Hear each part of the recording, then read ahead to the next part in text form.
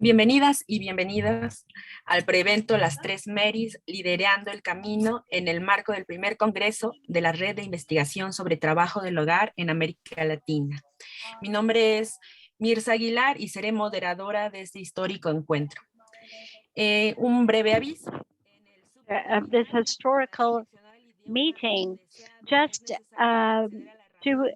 for you to choose the language you want. Please select the language where you want to use to select the language you want to listen to the event in. Before we start, I would like to thank our sponsors from the Federal University in Santa Maria with Luciana Schusch and the directors of Human Sciences, the director of the Latin American and Iberian Institute of the University of New Mexico, Dr. Francis Hayashida, from the University of Los Andes, the Interdisciplinary School of High Social Study and the National University of San Martin, Foundation SEMIS and MICA, and LASA and Ford Foundation for a special project.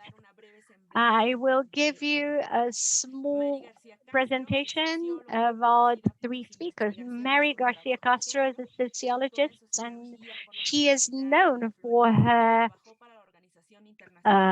research on work and gender, and she worked at the Federal University of Bahia in Brazil. Mary Romero is a doctor in sociology from the Colorado University and a professor in the Department of Justice Studies and Social Inquiry in the Arizona State University. And last but not least, Mary Goldsmith Connolly, PhD in anthropology at the University of Connecticut. And we must highlight the importance of the academic journeys of our panelists. The publications such as Muchachas No More and Maid in the USA and ITO are still essential publications, and as they are, it's key to authors to understand non-paid work. This event will have the following dynamics. I will ask some questions for the panelists to respond in the order they choose. Right now, we have three journals to talk about this theme. However, cómo se ha movido la agenda de investigación y cómo el trabajo del hogar ahora es un tema imprescindible en la Academia de las Ciencias Sociales, donde el trabajo encuentra la intersección, la reproducción social frontalmente intersecta el género, la clase y la racialización. Pero quisiera empezar la charla sobre cómo fue para ustedes en los 80s. Nos pueden contar sus experiencias y, por otro lado, los obstáculos que enfrentaron en el camino de la investigación sobre trabajo del hogar remunerado y cómo fue posicionar el tema en una agenda de investigación. Mary Garcia. Olá, sinto-me honrada pelo convite da RITHAL para estar neste pré-evento do Congresso e com mulheres que muito admiro, Mary Goldsmith e Mary Romero. As perguntas são todas importantes, parabéns RITHAL, Mirza Aguilar, mas por sua complexidade e pouco tempo que temos para as respostas, talvez incorra em algumas simplificações. Sobre minhas experiências no campo de pesquisa do trabalho doméstico remunerado, queria ressaltar que o interesse foi a partir de estudos sobre migrações internas e internacionais a convite da OIT.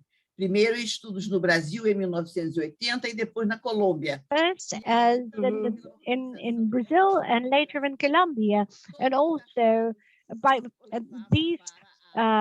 this research was funded by the ILO, and all of it led to domestic workers, and this made our studies, led my studies to be a gender work. In 1982, I was invited to study paid work, domestic work in Colombia, but the interest of the Colombian work was that domestic work was decreasing, and he wanted, however, he did not, and because of that, they did not need public policies. They were not interested in organized domestic work, but in addition to quantitative and qualitative research, I got involved with all the organizations for that study work and women's rights. And in the US, I was invited by Elder Chaney to hold a panel in the same line, and the book Muchachas was launched. Then in this, we had the same kind of studies in Brazil to relate research and the Union of Domestic Workers. Today, I combine all these with decolonial studies on class and gender. Many were the obstacles that we had. They started out in Colombia when the government did not accept the results of the first because of the emphasis on the demands of trade unionists, and the results were contrary to the thesis from the government that domestic work was going to disappear, and it was forbidden to publish the study. But from that derived many articles that were published in a media of feminist organization, like from Madalena Leon in '93, another pioneer that we must emphasize. Another obstacle was with the leftist comrades, legitimating the studies of many labor congresses, and that did not consider domestic workers as part of the working class, and that their work would generate any value. They considered it to be inadequate, and they resorted to Marxist perspectives today, and I have published recently about the value of remunerated domestic work in a leftist magazine. Other obstacles were little resources for the research in the 80s. Today, no longer that. The higher obstacle is the government institutions or agencies in the field of education or academic research in general, and they do not use the 90s as a reference. Thank you very much, Mary. Okay. Mary Romero. Oops. No, we're all Marys. Before responding to the question, I want to thank the organizers for inviting me to be part of the first Congress of the Research Network on Domestic Work in Latin America. The last time I corresponded with Elsa Chaney, she told me about her plan to organize a conference on household workers in Latin America and the Caribbean, and I agreed to participate. I am sure that she's among us today, delighted that her dream has become a reality.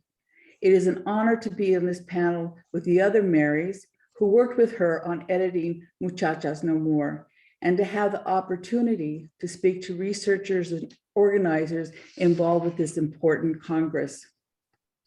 I began thinking about researching paid household work in 1980 after a chance encounter with a 15-year-old live-in Mexican domestic from Ciudad Juarez in El Paso, Texas.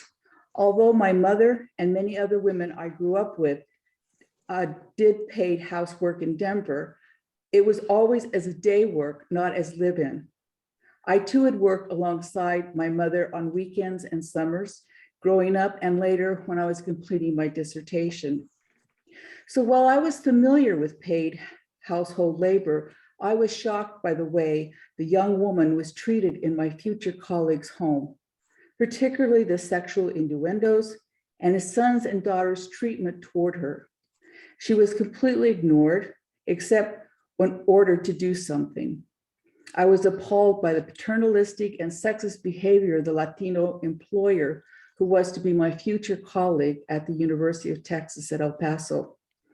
Rather than recognizing a domestic as a worker engaged in paid household labor, he framed the relationship as giving her the opportunity to learn how to use modern household appliances and to learn how to work. I began to wonder exactly what had been the experiences that I'd grown up with in Denver. Well, I had worked alongside my mother. I always avoided the employers and their children and left all the negotiations and interactions to her. I was aware, however, that instead of using my mother's name, Amalia, she was always referred to as Molly. I had experienced employers making racist comments and wanting to supervise the work to the degree of detailing the direction to polishing the furniture. I also knew the work could take a physical toll on your body, and the work was part of the underground economy.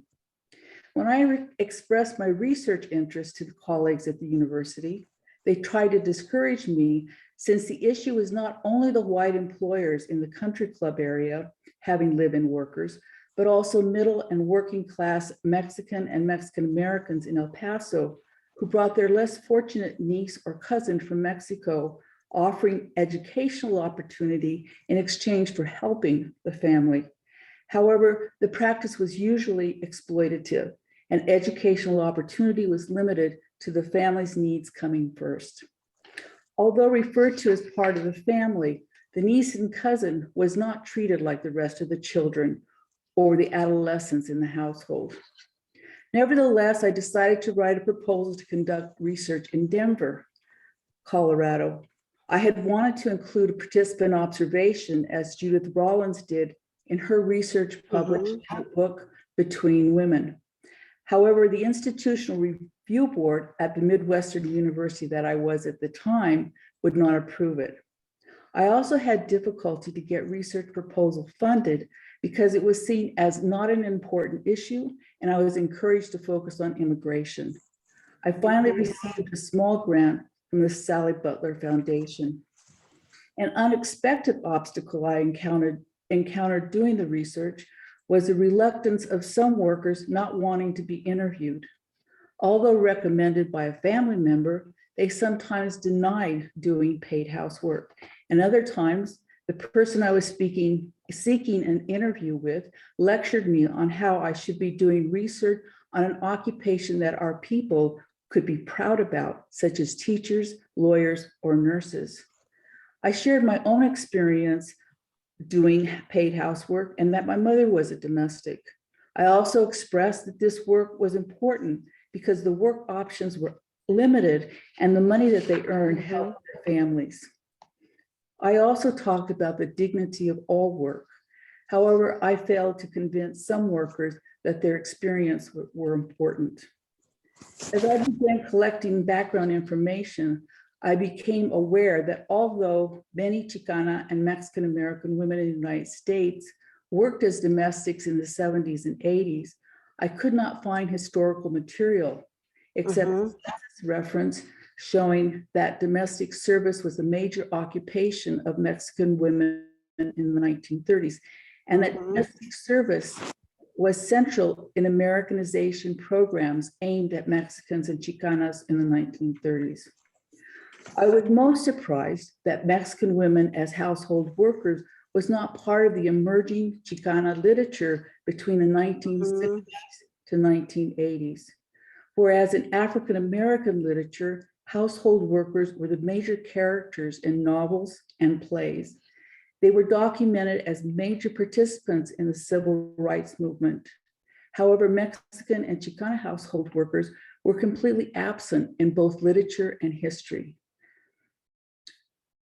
This was particularly ironic since the only roles offered Latinas in Hollywood until recently were mostly as maids, and secondly as prostitutes and drug addicts.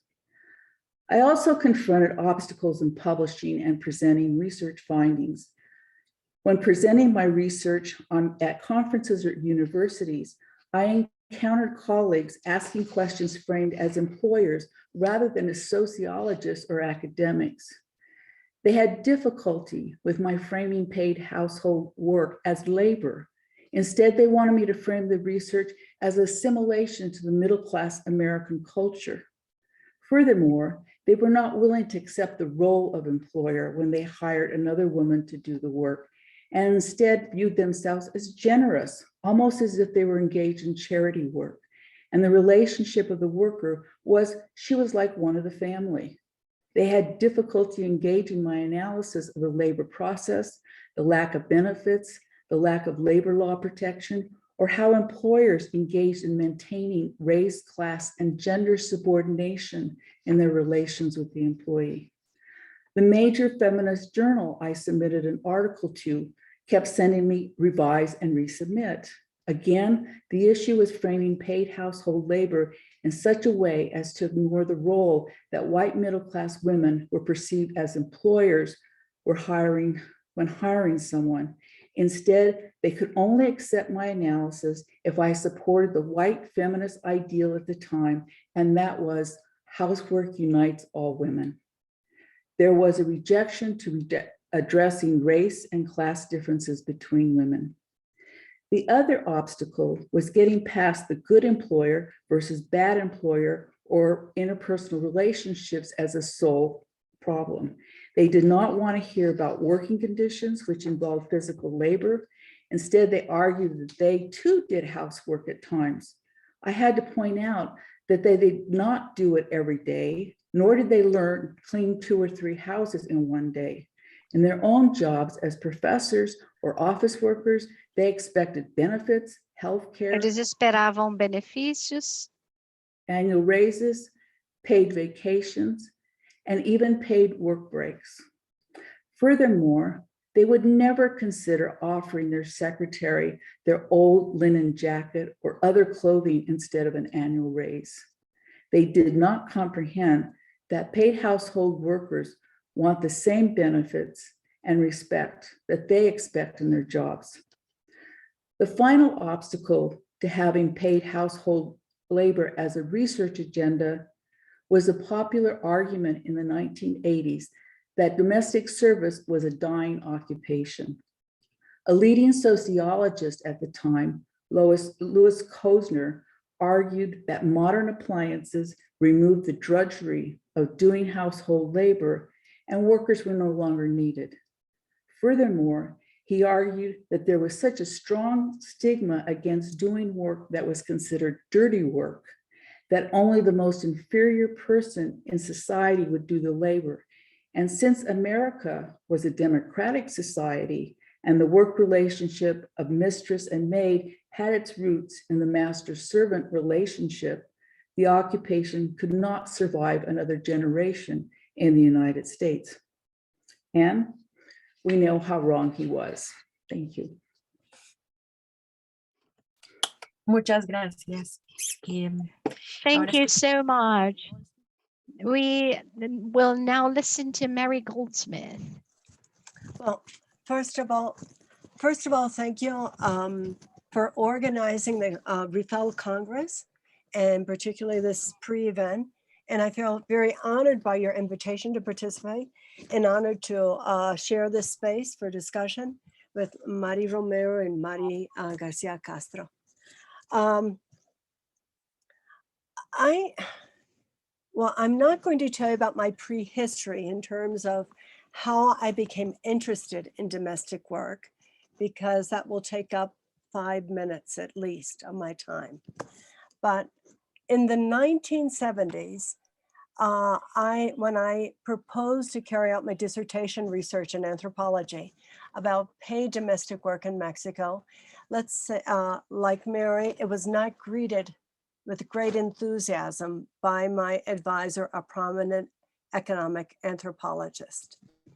He suggested I pursue other research interests about women in work, which would be more akin to what he considered was economic anthropology. And he would allow me to do it on women, but market vendors, craftswomen. However, I insisted, and I ended up doing my research on domestic workers in Mexico. Let's say in retrospect, a very broad study about domestic work and paid domestic work and capitalist development in Mexico, which was very attuned to Marxist feminist concerns at that time. No, I focused more on looking at what the obstacles and advantages were, sort of. I think one of the obstacles in the, particularly 1970s and early 1980s, that also was at the same time was an advantage. There was very little written about domestic workers during the 1970s. Most of it was from Europe, or as Mary has pointed out, was about about African-American domestic workers, no? Particularly migration from the South to the North, no? And also about migrants from other, let's say, there are lots of studies about Polish domestic workers, other groups of migrants who were incorporated into domestic work. Also the history of domestic work in England and France. But then you wonder, like, what does that have to do with Mexico or other countries in Latin America, no? There was very little, at least in Mexico, about domestic workers. Most of it, there are a few isolated articles and a few theses. So it was, I think, pretty similar to other countries in Latin America, no? It was considered part of the informal economy, a bridging occupation, no? Like Mary, I also insisted that it was work, that it was not, I early on in Mexico heard the discourse about it being one being part of the family, no? So in some ways it was a little lonely theoretically doing research about domestic work, and also lonely politically, because I think that if we examine what was going on politically, it was not, domestic work was not considered a pressing issue for feminists, at least in Mexico, nor was it considered a part of the research agenda, nor was it considered a question for social policy, labor policy. At the same time, given that there was so little written, you can in fact get a handle on the literature, which today is an overwhelming task. I get frustrated because I realize that there's so much that is very, very interesting that's being published not only in Latin America, but in other countries around the world, that it would be impossible even to make a dent into reading that literature, even with endless sabbaticals, which is kind of like my fantasy. No? I think it's also important to point when when you pose these questions to us. At that time, I remember in the early 1980s, Mexico's only feminist journal, Femme, did dedicate an issue to paid domestic work, and also Ilet Fempres in Chile also reproduced a lot of the literature on domestic workers. However, that was it. As far as I can recall, and at least for my bookshelves, it was not a topic for interdisciplinary social science journals, certainly was not for anthropological journals, no? Another obstacle, which I think is kind of sort of similar to what Mary Romero mentions, what I found when I was doing my research was that academics, everybody, academics and politicians had an experience, an opinion, an anecdote about paid domestic work, no? So it was very, that also was an advantage, no? Because always somebody could give you some tidbit of their experience that I thought, when does field work start and when does it end, no? Outside of the formal interviews, no? I know ethically that could be questioned. I would agree, but I certainly couldn't get it out of my mind, no? So I think it was a real challenge to try to extrapolate domestic work from this mire of prejudices, remembrances, and to argue with other scholars and also political activists that domestic work, paid domestic work, was a legitimate topic both for research, political activism, and public policy, no?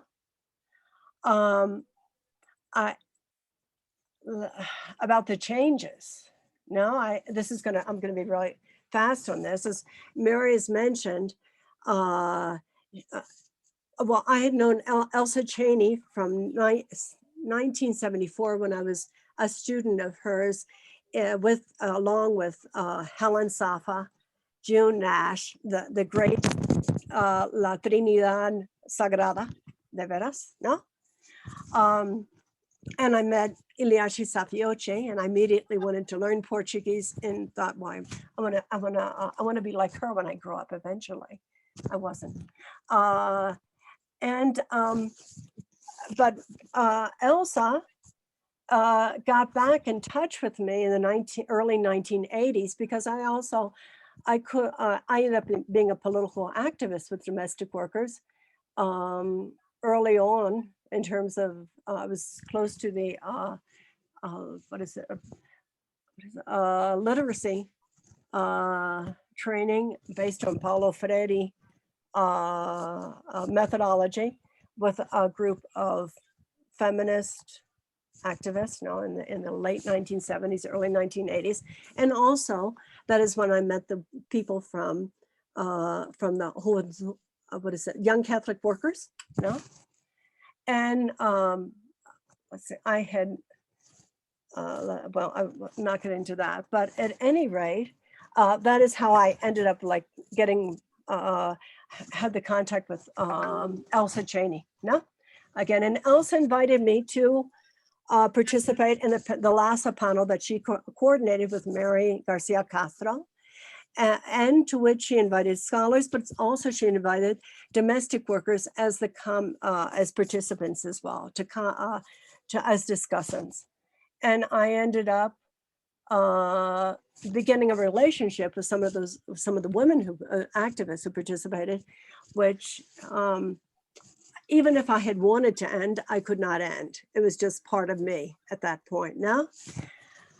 And I think that Muchachas No More certainly was a seminal work, but I do not think that it really invited a lot of people responded to the invitation to carry out research on domestic workers, nor to have a political soul searching about domestic work and relations of exploitation between women, and also racism and classism.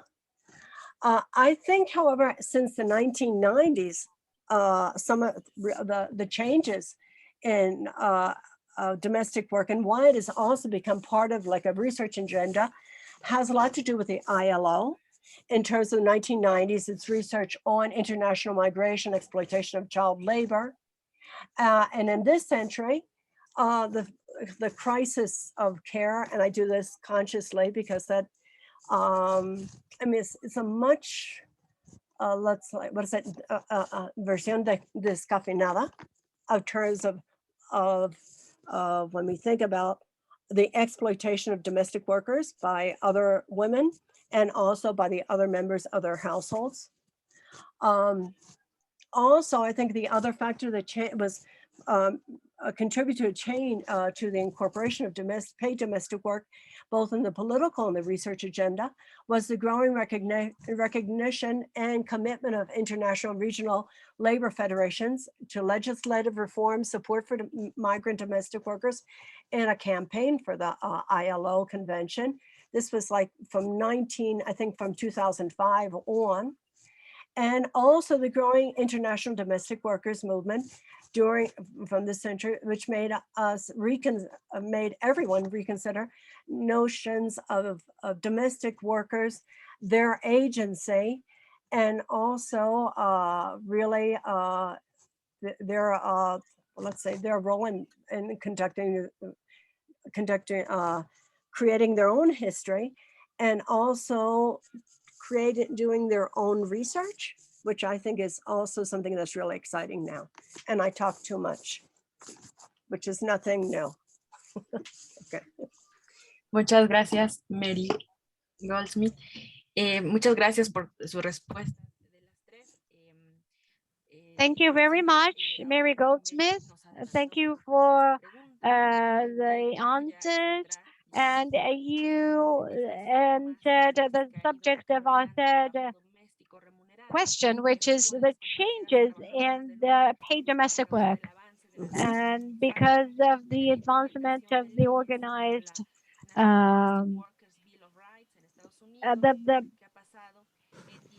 the laws in the US that was passed in various states on an international level.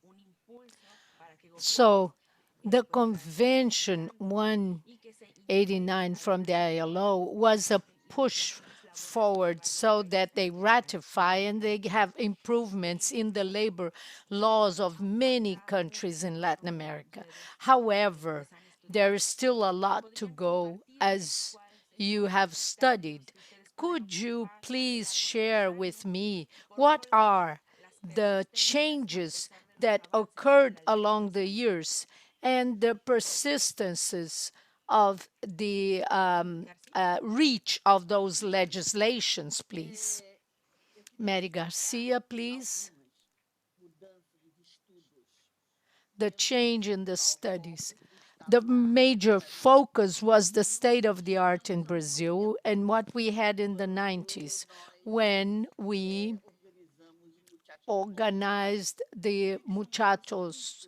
I think that it's very positive changes and more studies with co-authors signed by women researchers and trade unionists about the organized domestic work and their demands aimed at the interest of the organized domestic workers.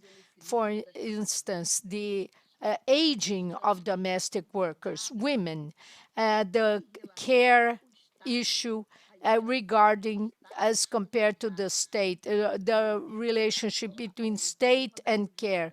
For instance, the living conditions, lack of public policies, lack of child care and health assistance, and different types of social relations that are now more studied between the bosses, women bosses and their domestic workers, relationship with other workers from the informal sector and formal workers too, and the movements from the civil society, a lot of investment in the area of training and how to disseminate legal rights, and considering as an urgent problem the low level of trade unionism, of association to a trade union in most trades or in the informal sector. This comes together with the importance collaboration of feminists as Artemis that combines research and action. Besides the collaboration of feminists, the great gain in the studies has been the investment in the intersection class, gender, and race with the Black feminists and the domestic workers organized. They have insisted in their studies about how structural racism affects them, debating rape, slavery. In the case of Brazil, it must focus the value or non-value that is socially recognized by the remunerated domestic work, including by themselves, the domestic workers.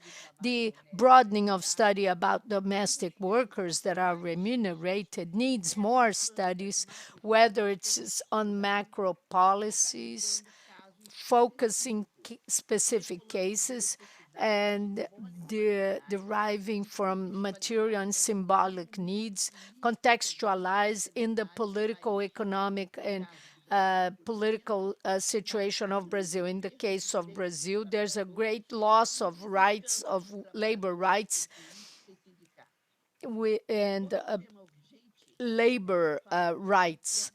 The other is the fact that the several legal achievements of domestic workers and even other workers do not count on an efficient system of inspection. So they earned rights, legal rights, but not de facto rights, not real rights. So in the specific field of the economy of care, in the case of domestic worker that is remunerated, with theoretical theories that come from the case of other workers, the care and the remunerated domestic worker, from the feminist perspective, considering the material, the private and the public, and their interconnections in the place of the state.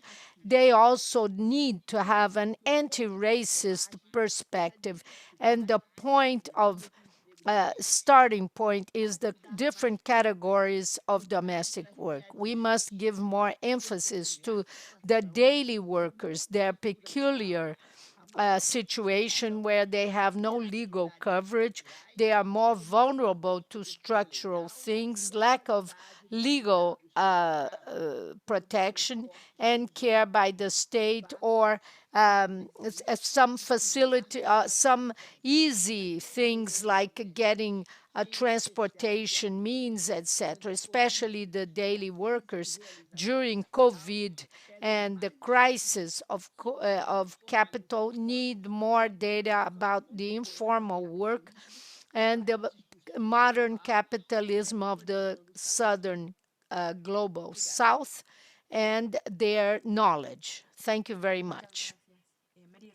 Thank you very much, Mary Romero. Thank you very much. Mary Romero, please. A significant change is that household workers have Uma mudança significativa a stronger foundation for organized struggle rather than experiencing isolatedly or depending on individual strategies for quitting one employer and finding an employer willing to pay decent wage and following the law that is outlined by the rights of domestics. Organized labor empowers workers when they act as a collective. The Bill of Rights campaigns in the United States has been very important in letting workers know about available resources. Domestic service, along with agricultural workers, were excluded from the labor laws that were passed in the 1930s in the United States to protect workers. This was done as a strategy to gain the support of the Southern Democrats, who were not willing to support the bill if African Americans were given the same labor protection rights as whites. Since the majority of African Americans were domestics and agricultural workers, these two occupations were left out of the legislation. Although some rights have been gained for agricultural workers at the federal level, this is not the case for domestics. For this reason, the National Domestic Workers Alliance is campaigning to pass a Domestic Workers Bill of Rights in states and cities. This campaign has called attention to the plight of these workers and has produced materials for employers to follow the law more easily. However, there remains persistent challenges. A state-by-state campaign is labor-intensive and takes a lot of organizing that needs to be persistent over a long period. For instance, the bill passed in New York State took 6 years of grassroots campaigning. The New York Bill of Rights does not necessarily apply to domestics that have numerous employers in 1 week, but addresses the conditions faced by domestics and nannies hired full-time by one employer. Once the bill is signed, the struggle doesn't end there. A law is only as strong as the enforcement behind the law. The bills need political muscle behind it to assure that enforcement, as the bills exist now, the burden falls on the worker to file the complaint, which may also end up filing a lawsuit. This requires an ongoing level of advocacy to assist domestics through the process, since many of the working class do not have the skills to navigate the process on their own. In addition, the process usually requires taking time off from work if the case goes to trial. The United States has a very poor record for signing on to international human rights initiatives, such as the ILO Convention 189. Unfortunately, improving the legal protections for domestic workers has not become an issue that feminist or organized labor in the United States has rallied around or even added to their agenda. The National Domestic Workers Alliance has incorporated other important issues, which make these workers more vulnerable than other workers, such as immigration issues that have made it more difficult for immigrants from Latin and South America, more difficult to be granted asylum, the detention and deportation of their family members, and keeping families together and fighting to end the policies of family separation has become an important campaign issue.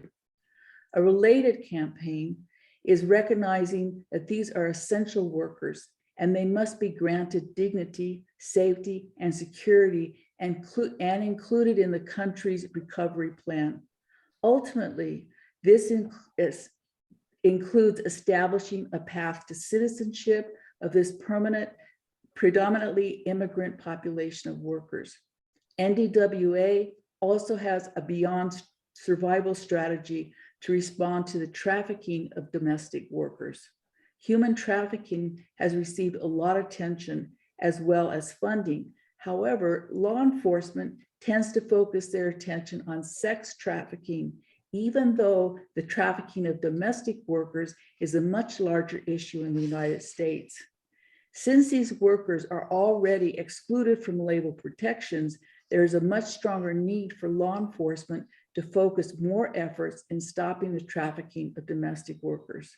For over a decade, we have known the specific temporary work visas, as well as diplomatic visas, need to have more oversight to protect the workers. The federal government has not responded by training immigration officers or modifying immigration enforcement practices. Thank you. Muchas gracias. Escuchamos ahora a Mary Goldsmith. Thank you very much. Now we will listen to Mary Goldsmith. Mary Goldsmith, you're on mute. You're on mute. Okay, I got it. Okay. Okay. I think that in terms of changes in the legislature, it's important to bear in mind that during the first decade of the 20th century, there were in countries such as Bolivia and in Peru, there were important legislative reforms that recognized more of domestic workers' rights.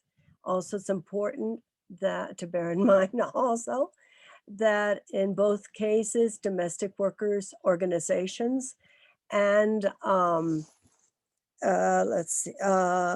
their allies really played a very important role in achieving those reforms, no?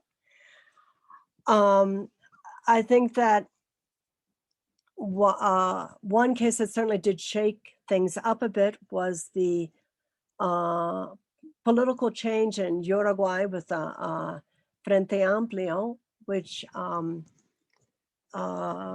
the presidential elections in 2005, and in fact really did not renege on the promises they made during their campaign to totally change the legislature with respect to domestic workers, and also to promote domestic workers participation into collective bargaining processes, and also to support the strengthening of their union, and also not only to support legislative reforms, also to promote, for example, greater enrollment of the workers in Social Security. No, so that was sort of like that it happened in Uruguay, even though the argument might be, well, it's a smaller country. They have a history of respect for human rights. You know, remember, they also had a pretty terrible military dictatorship. And after that, they were certainly able to at least give us some hope for domestic work, domestic workers' rights throughout the continent. No?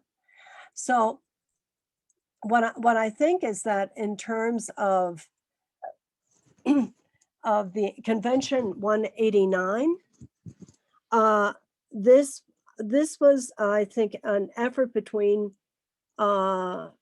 feminists within the ILO, feminists from different governments, domestic workers who were organized in different countries around the world, their relations with the international and regional federations. And after they finally were able to debate and approve a Convention 189, I think that the most revolutionary part of that convention is the idea that domestic workers should have exactly the same rights as other workers in each country. That principle of equality, I don't know how to say it in English, todos coludos o todos rabones. If we all are going to have a yearly Christmas bonus, then we all that should include domestic workers. If we do not have a in the law, if nobody gets a Christmas bonus, okay, domestic workers will not have that unless they can negotiate it. But that principle of equality and being a subject of human and labor rights was really something revolutionary, particularly because in the people who struggle for it at the international labor conferences were domestic workers themselves, who were on the on the margins of the discussion apparently, but they were there every day, 12 hours a day in those halls, dreadful halls where you can't go to the bathroom, you have to stay sitting, you have to be quiet all the time. So I think that is why the Convention on 189 has been really important for domestic workers. And also what's important to think about is the Latin American governments really were, several of them, such as Uruguay, Brazil, which was not the Brazil that we know now, of course, now. Argentina really pushed for the adoption of the convention. No, what has happened though in the countries which have later ratified and prior to ratification or after ratification have changed their labor laws, which I think are now 15 countries in the region. No, which including the Caribbean, English-speaking Caribbean. No. there's always resistance about the workday, 8-hour workday. There's always resistance about payment of overtime. And particularly, there is still resistance when they're discussing national labor law reform, resistance about payment in payment in kind, no? And if they can be deducted, no, that can be deducted. And particularly the whole issue of inspection. But without inspection, it really is, there are laws without any teeth, or what they're not effective, no? And so also what is important to closely examine is who is included and excluded from the labor laws in our respective countries, no? In Mexico, it's very similar. It reminded me very much of to what Jurema Brites and Mary Garcia have said about Brazil. In Mexico now, they're playing around with this idea of who in fact is a casual or part-time worker. Are they really domestic workers? No, it's like if which is something that we have been struggling with here in Mexico, no? Because in the convention, it does say that an occasional worker who is not a professional domestic worker, who only occasionally does domestic work, should not be considered a domestic worker, which I think most of us would agree on. If somebody makes a Christmas dinner once a year or every 2 years, there's not a labor relationship there in terms of a wage labor. It's more